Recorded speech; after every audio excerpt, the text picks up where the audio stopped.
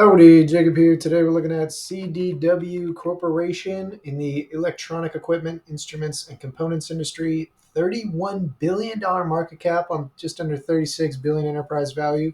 They provide IT solutions, US, UK, Canada, operate through three segments: corporate, small business, and public.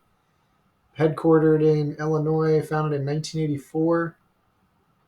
Growth is pretty solid, probably mid-single digit revenue growth. Gross margin up a bit, operating margin up a bit. All positive signs here. Return on invested capital up a bit and 14% for the last 4 years. Very impressive.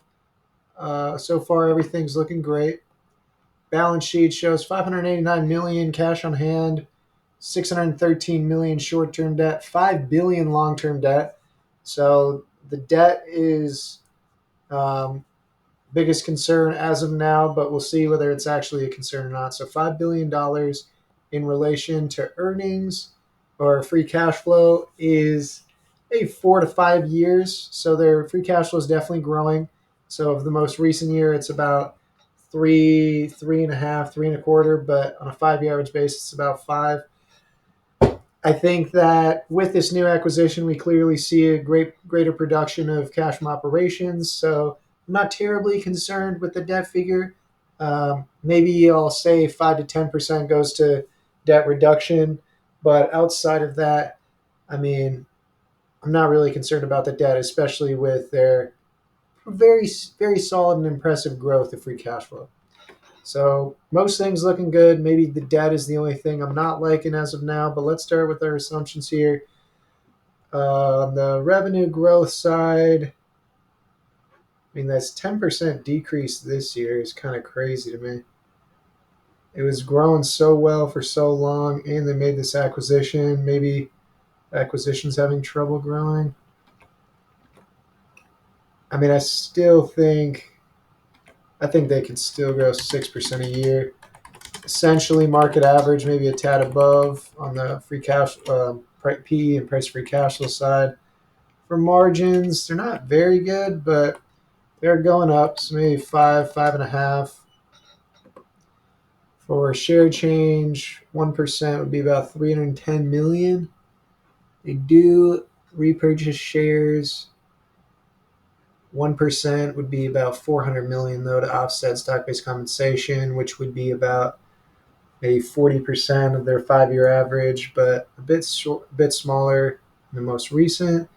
So maybe we'll do 0.5%, be a little bit conservative, because the dividend does pay out 325 million as of now. It's about 1% yield. Looks like they've been increasing that in the past pretty heavily.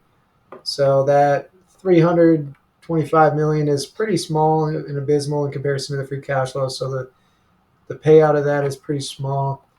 We can increase that with the revenue growth, so it stays at the 20 to 30% that it is right now. So 20 to 30% to dividend. We're assuming